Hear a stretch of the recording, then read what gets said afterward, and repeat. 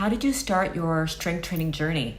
I just got lucky and found iron and metal at a time in my life where I was trying to find a space where I could start strength training. Obviously, there's plenty of places you can do that, more traditional gyms. And I found those kind of off putting, intimidating, and too full of testosterone, to be very candid. There was something about the vibe in a regular gym that didn't appeal to me. The reason I was looking for strength training, it was a year ago. I was 57, now 58. My son, who's an athlete, who's 26, was really encouraging me to get stronger. You just thought it's an important thing to do in life.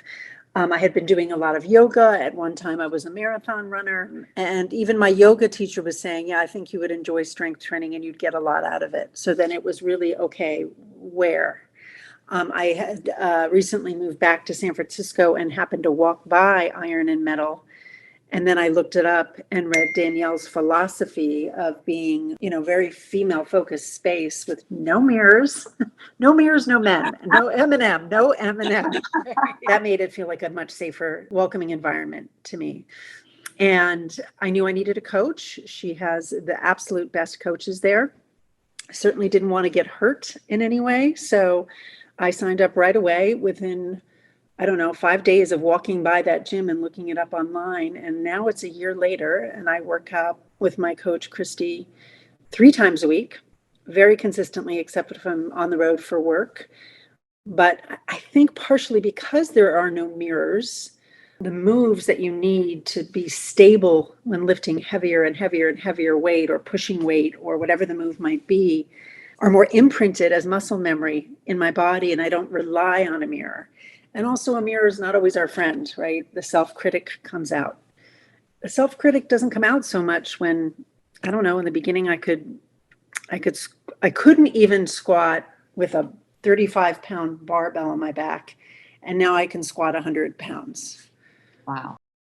Without having to look at a mirror image of oneself, because, my generation in particular, sadly, is the generation of focusing on weight management and your own physical weight. And the idea seems so crazy to me that I bought into for decades that shrinking and being smaller is a goal in life is insane, right? That's just deprivation and weakness and something a lot of us have bought into over the years. So for now, the only number I focus on is either more reps or more weight. And it's just so empowering. It's just wonderful. Gosh, it's such an undeniable reality that our world fixates on external experiences. I mean, I feel this misconception really leads to significant suffering as it perpetuates the belief that attaining certain images of ourself or things will bring happiness. And I'm so committed, and this community is so committed to shifting that conversation, to redefining what health is. And we really want to advocate for something that's sustainable so we can live this vibrant life that I feel like we're all striving for at the end of the day. I'm interested to hear your thoughts. How do you feel about women that say they want to lose those last stubborn 10 to 15 pounds? Yeah. And I was one of those people. I can think of, in my younger years, in my 30s, thinking that, and as recently as, in this decade, in my 50s, thinking, yes. And it's 10 more pounds, then what? Then automatically I'm happy and it's bliss and I'm satisfied with myself. But then to stay at a certain number on the scale related to my physical weight requires truly deprivation and hunger. And it's not, at some point you realize this isn't healthy. And I'm witnessing, friends and family members from in their 30s to in their 50s doing Ozempic.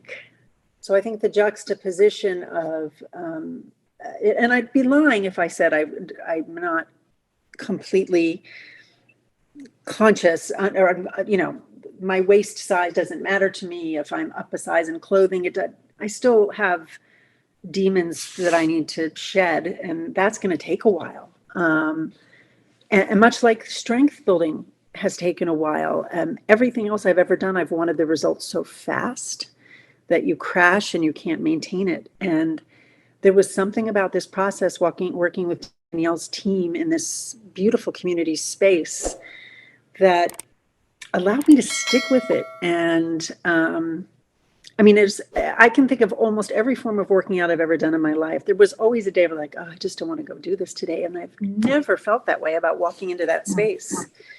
And it's not because I'm not challenged there. That's another thing is that, the idea of strength building, because I'm now trying to rope all my friends into my excitement around it. And some have actually started working out with me at Iron and Metal. But I get reactions like, well, I have some dumbbells in my garage. I should use them. And I say, okay, great. But that's not really what it is. It's progressive strength training. And you really need a guide, whether it's in the class format at Iron and Metal or with an individual coach. So you progress because, if you start and you can only lift 2-pound weights and then suddenly you can pick up 10-pound weights, you might stop there. But we keep progressing. And I love the challenge of it. And I'm much more patient with myself to drive results because they come. So it's taught me patience. It's taught me kindness to myself. I just wish I would have discovered it 10 years ago, but I'll take it in my late 50s. Gosh, Christine, your journey is really inspiring. It showcases that strength knows no age limit. It's really empowering to see how you refuse also to let a number define you and recognize that significance for strength in overall well-being, and not to mention the numerous health benefits it brings. I'm wondering, as you've been lifting weights, have you noticed a positive change in your physique, even though I know your intention is getting stronger? Yes. And it's one of the things I've said to my coach, and it seems like such a vanity. I hate to come at it from a vanity standpoint. I'm wearing shorts for the first time, maybe since I'm 16. I didn't feel confident in shorts when I was 16 and probably, weighed, I don't know how much less, but I was a tinier body, very light kind of body type. But I didn't ever have muscle tone. Right. And now I looked down at my legs recently in a pair of shorts, and I was like, I just looked at my husband. I'm like, unlike a diet where you might say, oh, I just want to lose 10 more pounds and get to this magical number on the scale that I think will deliver your happiness. Then you stop there, right, and try to maintain that weight. With this, I feel more like, look how far I've come in a year. Wow. What's it going to be like in another year? Like, it's not, I'm done now. I can squat 100 pounds, I can deadlift 100 pounds, I can, whatever these things I could do, I'm just going to keep. I mean, to the point of view, I'm even considering competing when I reach my 60s. I just also think we're all looking for quick results, which is why Ozempic is doing so well, no matter what you're doing, right? If you're training for a marathon or if you're trying to get a certain percentage of body fat, trying to do it fast never pays off. But there's something about this strength training that at Iron and Metal that just makes me patient and committed and long-term. I am so happy to hear about your incredible benefits of that you've gained from strength training. Before you embarked on this path, I'm curious, did you encounter any limitations on a day-to-day basis before weight training? I mean, I was finding certain things that I cook a lot. I love to cook and entertain. Certain things in my kitchen that were, maybe 15, 20-pound things, the Dutch oven, were suddenly a little harder to lift out of. So I was getting weaker. And in talking to friends who, have gone through menopause as I had, one of which is a very athletic yoga teacher and dance instructor, she said, oh, you can't imagine how much strength I lost, muscle mass I lost as soon as I went through menopause. So that was a motivator as well. And to me, it was like, let me go check this strength training thing out. Let me see how it feels in my body. How to, also some fear. I mean, I did have some actual men more than women my age say, oh, be careful. I was lifting weights and I hurt my back. And, so there wasn't a ton of support out there for the concept of having this be my main fitness, and it's really all I need. Christine, thank you so much for sharing your experience.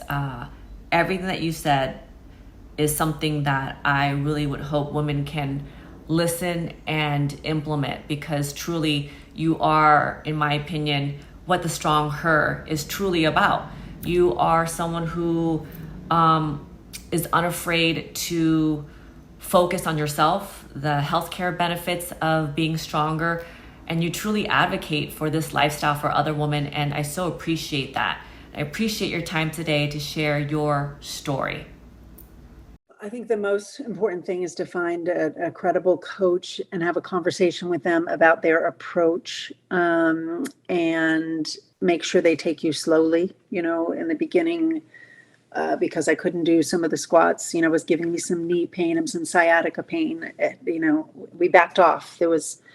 Everything felt very customized to get me slowly stronger and more mobile overall. So I think you've got to find a good coach and just start. Don't put it off any longer, because I actually, although I'm a feminist and I prefer to promote women, saw Hugh Jackman in an interview once about him training for Wolverine and getting in the physical strength shape for that film once again. And he said, as we're sitting here talking right now, something is changing. You're either getting stronger or weaker. And I'm sorry, men and women, from our 30s on, we are getting weaker and weaker and weaker unless we are taking charge of that. And we can reverse that. We can build muscle in a combination of a healthy enough protein diet and consistent strength training. So if you don't do it, your body's it's just going to get weaker, and the years fly by. So just start. And even if you can only commit to going once a week, you'll get improvement, right? I started once a week, then twice a week, but I loved it so much within a month, I very consistently 3 times a week. So even if it's just once a week, go have somebody coach you on how to lift, push, and pull heavy things.